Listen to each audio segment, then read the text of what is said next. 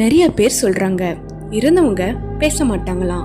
But சில நேரத்துல அவங்க ஃபோன் மூலியமா பேச வாய்ப்பு இருக்கா. இன்னைக்கு ஒரு குட்டி கதை சொல்றேன்.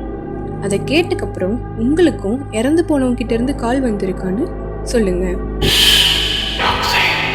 அருண்ற 22 வயசு பையன் பெங்களூர்ல ஒர்க் பண்ணிட்டு இருந்தான். டெய்லி நைட் ஒர்க் முடிச்சு வீட்டுக்கு வரப்ப அவங்க அம்மா கிட்ட ஃபோன் பேசிட்டு தான் வருவான். இதுவே அவனோட ரொட்டீனா இருந்துச்சு. ஒரு நாள் நைட் டைம்ல எக்ஸாக்டா 11:45 PM அர்ஜுனோட அம்மாக்கு ஒரு கால் வந்துச்சு. அது யாருன்னு எடுத்து பார்த்தப்ப அது அர்ஜுனோட நம்பர். ஸோ அதை பார்த்த உடனே சிரிச்சுக்கிட்டே கால் அட்டன் பண்ணாங்க. பட் இந்த வாட்டி எந்த வாய்ஸுமே கேட்கல.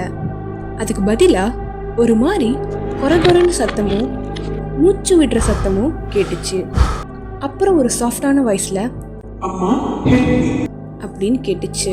அதை கேட்டுட்டு அவங்க அம்மா பேசுறதுக்குள்ள டக்குன்னு லைன் கட் ஆயிடுச்சு. பயந்து போன அர்ஜுனோட அம்மா திரும்பி அவனுக்கு கால் பண்ணாங்க. பட் அவனுடைய ஃபோன் சுவிட்ச் ஆஃப். உடனே அவனுடைய ஃப்ரெண்ட்ஸுக்கு கால் பண்ணப்ப அவங்க அம்மா கனவுல கூட நினைச்சு பார்க்க முடியாத ஒரு விஷயத்த கேட்டாங்க. அது என்னன்னா, கரெக்டா 11:30 ஒரு பெரிய ஆக்சிடென்ட்ல அர்ஜுன் இறந்து போயிட்டான்றது. இத அவங்க அம்மாவால ஏத்துக்கவே முடியல. பிகாஸ் 5 மினிட்ஸ்க்கு முன்னாடி தான் அர்ஜுன் ஃபோன்ல இருந்து இவங்களுக்கு கால் வந்துருந்துச்சு. அவங்க நேர்ல போய் பார்த்ததுக்கப்புறம் தான் உண்மையாவே 11:30 அர்ஜுன் இறந்து போயிட்டான்ற விஷயம் புரிஞ்சுது. ஆனா இன்னைய வரைக்கும் அர்ஜுனோட அம்மா அந்த ஃபோனை பத்திரப்படுத்தி தான் வச்சிருக்காங்களாம். ஏன்னா கரெக்டா 11:45 அவங்க ஃபோன்ல டிஸ்பிளே ஆன் ஆகி அதுல அர்ஜுனோட நம்பர் காட்டுமா.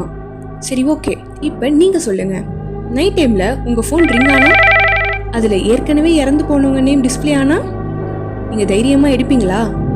Okay, sweet dreams.